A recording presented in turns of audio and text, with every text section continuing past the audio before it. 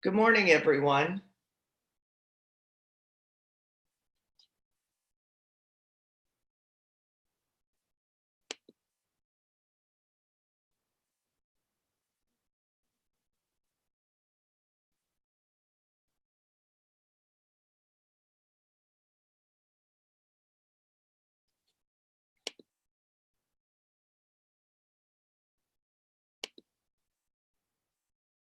Good morning, everyone, and welcome to our January webinar supporting LGBTQ students applying to college. I want to thank our partners in this and introduce you to Catherine Cooper, who is a fellow Alabamian. She's from Robertsdale and is currently interning with the Human Rights Campaign in Washington, D.C., and Rashard Butts, who is a native Atlantan and graduate of Howard University and is the HBCU program lead at the Human Rights Campaign. And this is Christina Scott. I'm the executive director here at Alabama Possible. And we're joined by my colleague, Jarvis Benson, who is with us as an Emerson Fellow from the Congressional Hunger Center. And Jarvis, I'm hoping that you will advance the slides. So here we are. So you know who's on the panel. And I want to thank our sponsors. You know, without philanthropy, this work doesn't happen. And I especially want to thank the LGBTQ Fund of the Community Foundation of Greater Birmingham. And I want to give this webinar and the grant we received for them to do this work is particularly special because Amanda Wilson, one of the fund's founders, was also one of the great minds behind the entire Cash for College campaign when she was in Leadership Birmingham. So I want to give a special thank you to the LGBTQ Fund and to Amanda Wilson. So some housekeeping, we're going to record this and will be posted on our YouTube at youtube.com/Alabama Possible. Jarvis is going to be monitoring questions with the Q&A feature or the chat feature. And we're actually not going to do the poll questions today. And we are always looking for suggestions on webinar topics to cover that involve applying to and paying for college. So please give us your suggestions. We have a few more left to do this year, and we'd really like to respond to what our partners in the field need and how we can equip you to do the work. So I'm going to turn it over to Rashard and to Catherine now, and they are going to get started.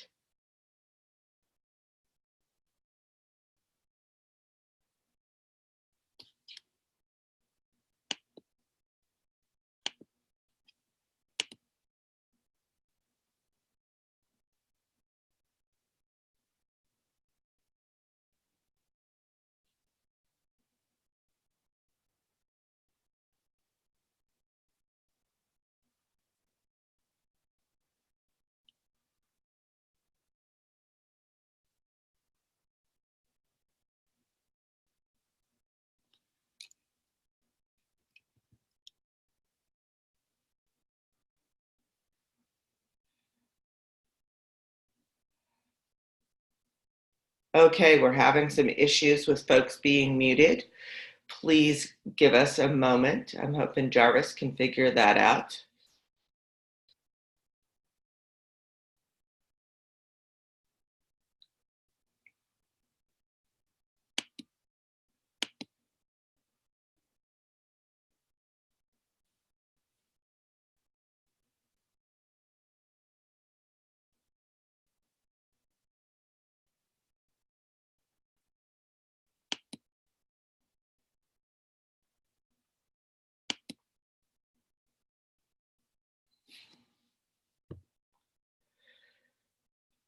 And I guess I'm just going to keep talking. I see that we've got some folks from partners that have joined us. And again, I want to say thank you for joining us this morning.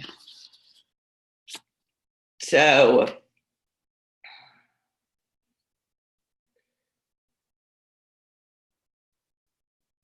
Good morning, everyone. Can you hear me okay? Yes, we can hear you. Okay, great. Sorry about that. I was logged into two different Zoom accounts. So good morning. So we're going to do really quickly an overview and introduction to SOGIE. So when we think about LGBTQ people and identities, it's important to understand that that's an umbrella acronym, and we have to break out sexuality or sexual orientation and gender. So sexuality and the sexual orientation pieces of SOGIE, which is sexual orientation, gender identity, and expression, is everything that or the things that fall under that is sexual attraction, sexual identity, and sexual behavior. So that's who you're attracted to, and your sexual engagements. Gender, on the other hand, is or includes sex assigned at birth. So that's when you're born. The doctor labels you as either X or Y. And then gender identity is how a person identifies their internal sense of whether they're a man, woman, anything in between, or neither. Gender expression is how all of that shows up, so how a person performs their gender. Next slide, please.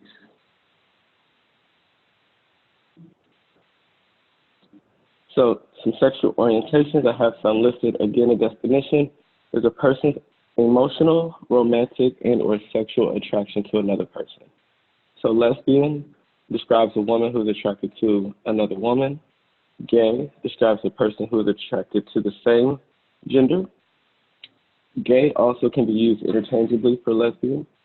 Bisexual describes a person who is attracted to more than one sex. Gender expression or gender identity, though not necessarily simultaneously or in the same way or the same degree. So bisexual also is usually on the binary, meaning man or woman. So people who consider themselves bisexual are attracted to both men or women. Heterosexual describes a person who is attracted to a different gender. So straight, man to woman, woman to man. Asexual describes a person who lacks sexual attraction or desire for other people. It's also important to note that this is a spectrum within itself.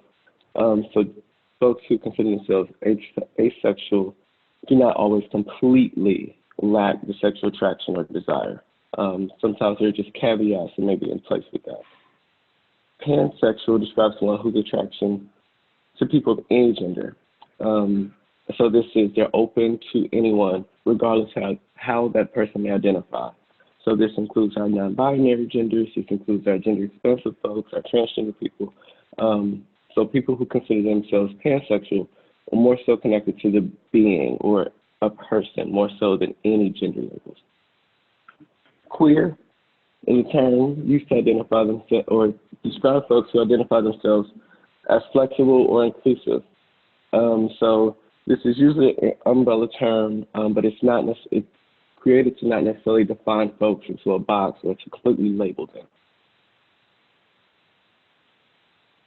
them. Gender identity is a person's internal sense of being male, female, or a blend of both or neither. So gender identity is male, person who identifies male, person who identifies female.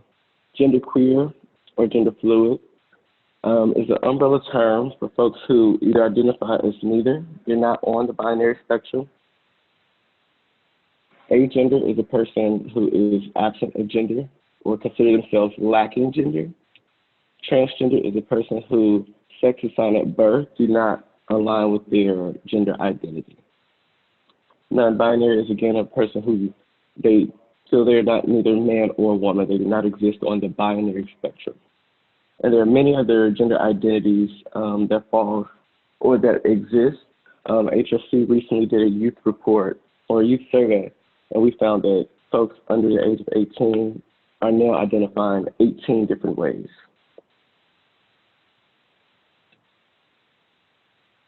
So again, just a little bit more for transgender.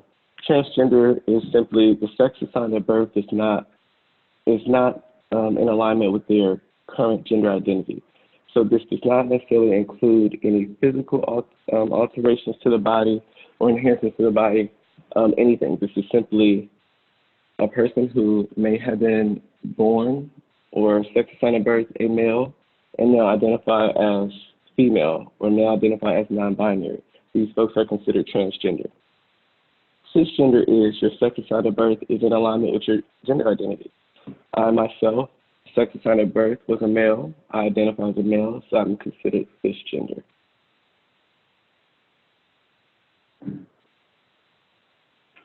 So now we're going to move into the actual webinar content in terms of supporting students through college application. This could be a very challenging time for many students, particularly students who hold marginalized or oppressed identities. And I want to go a step further to say we have to also consider folks who may consider multiple or compounded marginalized or oppressed identities. So lesbian, gay, bisexual, transgender, and queer, and other non-binary students are often faced with a unique set of challenges and considerations through their college application and search process. And we're going to walk through that through this webinar. So I think it's important to know from the very beginning, when we think about where students are choosing to go to school, geography matters, so location matters. In recent years, several states have introduced legislation that would negatively impact LGBTQ students and school staff and community members. These bills, we've known them or heard them as bathroom bills or religious liberty bills, are simply a license to discriminate, and they violate students' privacy and safety, but then also contribute to blocking services and resources provided to students once they're on these campuses.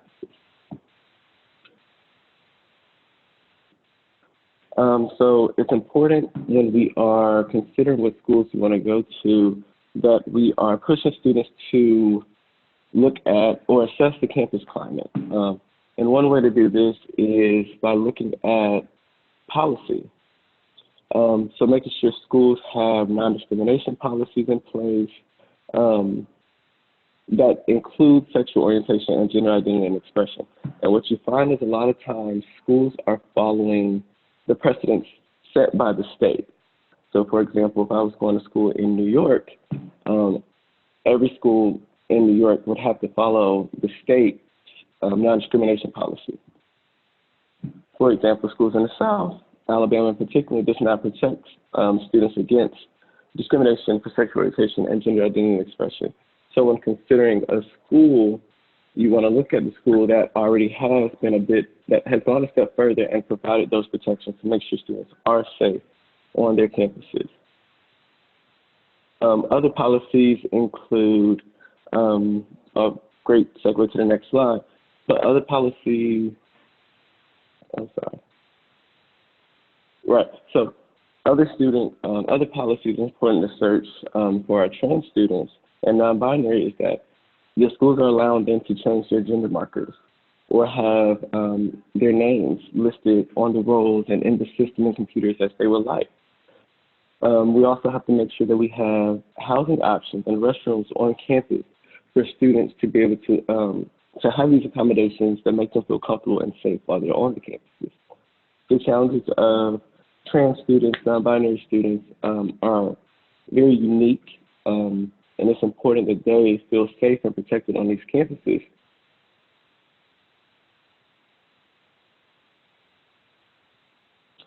And going a bit further than assessing the policies on campus, we also have to look at the culture and the actual practice. One way that colleges and universities kind of just show with action that they are welcoming and inclusive and affirming is through the engagement that they have on campus. So do they have an LGBTQ student organization on campus that's sanctioned and approved by the university? Do this organization receive funding?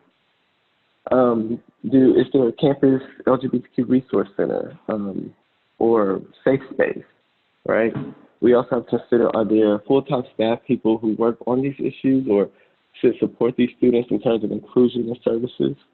Does the campus provide LGBTQ mindful health and wellness and counseling services to the students? I see we have a question.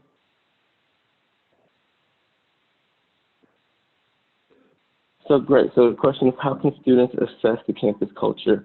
Who should they talk to, or rely on the campus website? So what we find is that a lot of times campuses, even the campuses with the best websites and advertising and marketing, don't always do a great job at highlighting everything that the campus includes, or doesn't do a great job of showing all parts of the campus culture. So a great way the students can assess is to, one, visit the campus, and when they're there, ask the admissions counselors and the tour guides upfront these questions. However, that may be challenging given that all students aren't living authentically themselves or fully out and public about being LGBTQ. So another way is to visit the leading website is campuspride.org. They are, and this is linked at the end of the website or at the end of the webinar. They are the leading online tool to assess college campuses. So what they do, they pull the different programs, events, the policies, pretty much on an annual and consistent basis from all colleges and universities across the country, and they pretty much rank them, and they grade them in terms of they get an A in policy, but they might get a B in accommodation. So that's a great tool. Also, another way that we see the students are figuring out if the college culture is for them, they are reaching out to current students. So they might see that the school has an LGBTQ org, so they might reach out to that organization and see if there's someone they can speak to get guidance and say, hey, what was your experience? What was this like? So using social media and email communications to really get a sense and connect with folks on the campus. While policies and services that protect and nurture the LGBT community are crucial. I'm sorry, next slide, please.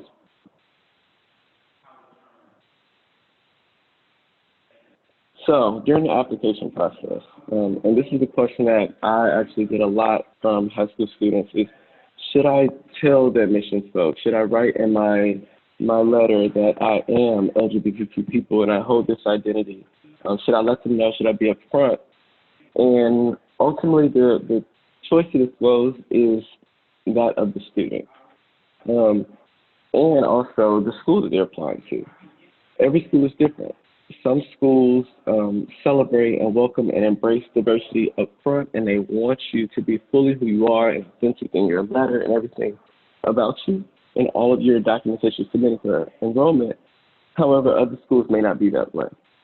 And we also have to understand that sometimes the folks who are receiving the application and reviewing them could hold internal implicit bias that they may be, that's either conscious or unconscious.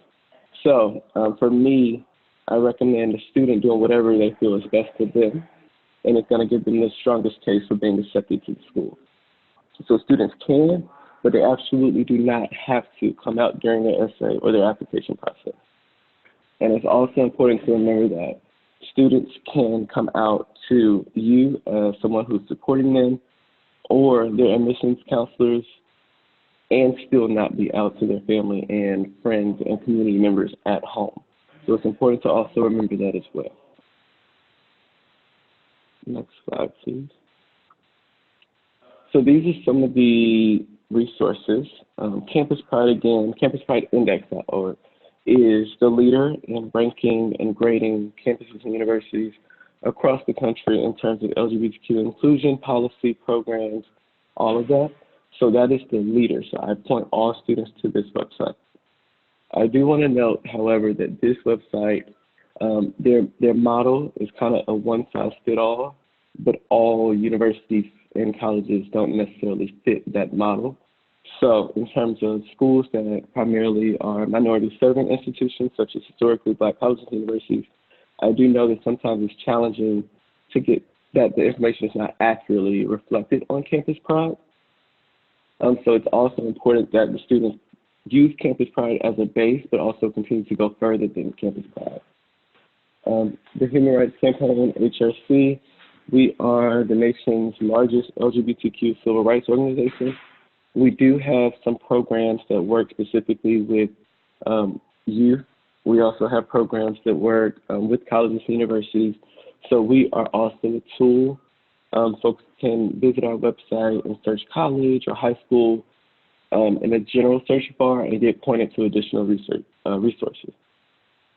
And some of these other organizations I listed here, Point Foundation Scholarship is also another one that I really want to highlight. They do a lot of scholarship funding for LGBTQ folks. So this is a great opportunity for folks to consider who may be like, how am I fully going to pay for this? They have small scholarships. They also have large ones. And some of these other resources are listed here for folks to visit and share with students as necessary.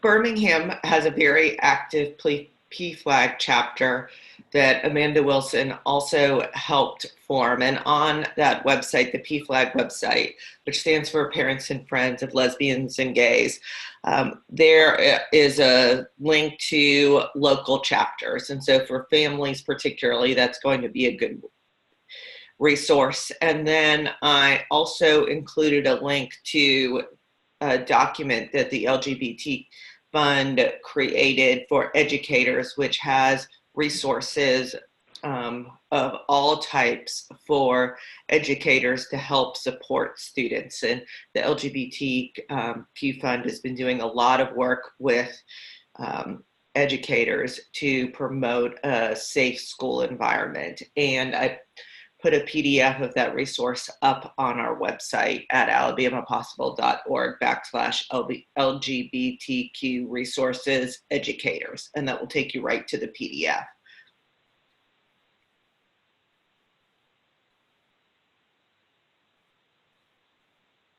So please always be active on social media. AO Goes to College is probably the best hashtag for this kind of work. And if we have any questions and answers, now is the time to ask them.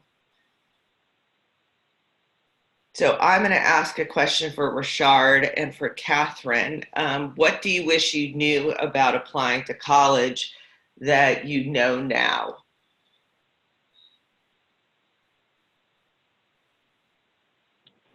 I will start. One, I wish that I would have done my due diligence and actually looking to see how inclusive a campus was. When I went to Howard University in DC, I wasn't out yet, living fully authentic as openly gay. So I was a bit reserved, but I knew that DC itself was a very progressive city and had policies in place. But when I got to campus, the campus itself, the culture didn't necessarily match the policies and what I perceived the campus to be in terms of acceptance. So my first year was a little weird, navigating the campus, connecting with folks, receiving the healthcare services that I felt I should have been receiving, that was unique to me and my identity. So I guess one thing to sum it all up, the one thing that I wish I would have known is to really just do my due diligence to find a campus that would be as inclusive as possible from day one, instead of me having to kind of work and figure it out a little bit. Yeah, and I would agree with what he said. I chose my undergrad based on where I got the most money for scholarships, and that necessarily wasn't the best choice for being inclusive to the LGBTQ community. So if I were to do it again, I would definitely have scholarships be in the forefront of my decision making, but I would also try to see which college will be best for me as a holistic student.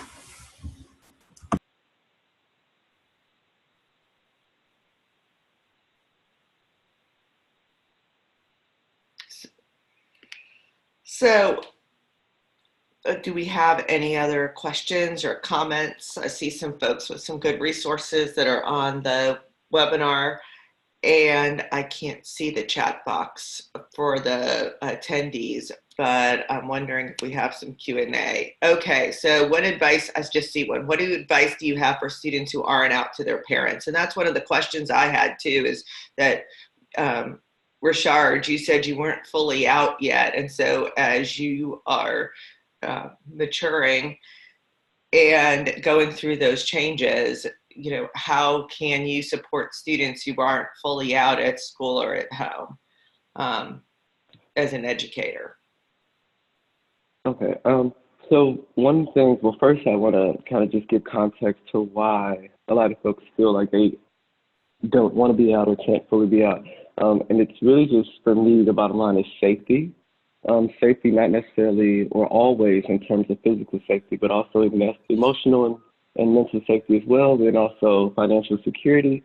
So for me, going to college, I wasn't sure where exactly my family stood in terms of acceptance, and if the possibility of me being cut off from funding would prohibit me from even making it to college, which is why I fully wasn't out at the time. One of the ways that I could say folks can support is first deepening their knowledge in terms of just understanding LGBTQ folks and our experiences and challenges, but also our resilience, and just being inclusive visually in the classroom or in your office or your space, so that folks feel like they can be comfortable leaning into you. And then also just really trying to put yourself out there in terms of being diverse in the content that you share, the information, the resources. So if you find a scholarship that's uniquely to a STEM student or to a person who is a minority student, also look for a scholarship for students who are LGBTQ. And then when you're sharing these multiple resources without directly targeting the person, but just showing them that, hey, I am thinking and considering all people, and these are the resources I'm finding, whether it's direct with that person or just with everyone. Catherine, do you have anything to add about the process of coming out to your family and the college application process? I think he did a really great job answering that question. For me, like my coming out story, I was along the same lines, very scared if I came out, like what that meant, especially with my undergrad. I was very afraid I was going to get kicked out. So I was lucky to, have like mentors who kind of did what Rashard talked about and kind of quietly was affirming and kind of gave me the space to just accept who I was. But yeah, I think Rashard did a pretty good job answering that question. Okay, thank you. And I also want to say that the Magic City Acceptance Center can do safe zone training. So for schools, school systems, that it could be an option to create that safe zone training. Jefferson State Community College did one at the end of 2019 to create safe zones. And it's something that many of our four-year institutions have taken on their own to have some safe zones on campus, so to be welcoming for all students. And the Magic City Acceptance Center is part of Birmingham AIDS Outreach. And if you need help getting in touch with them, I believe their website is bao.org. So it looks okay. So it doesn't look like we have any more questions. I hope that this is just the beginning of a conversation about how we support every single Alabama high school student in continuing their education after high school and being prepared for college and career. And please know that if you have questions as an educator, we might not know the answers, but we will do our best to point you in the right direction. Again, I want to thank the LGBTQ Fund of the Community Foundation for their support of this webinar and for their partnership in all this work, and to our friends at the Human Rights Campaign who can talk about this topic and give us some resources with authenticity. And they have a great hub for campus resources on their website. So thank you very much and have a good Thursday morning.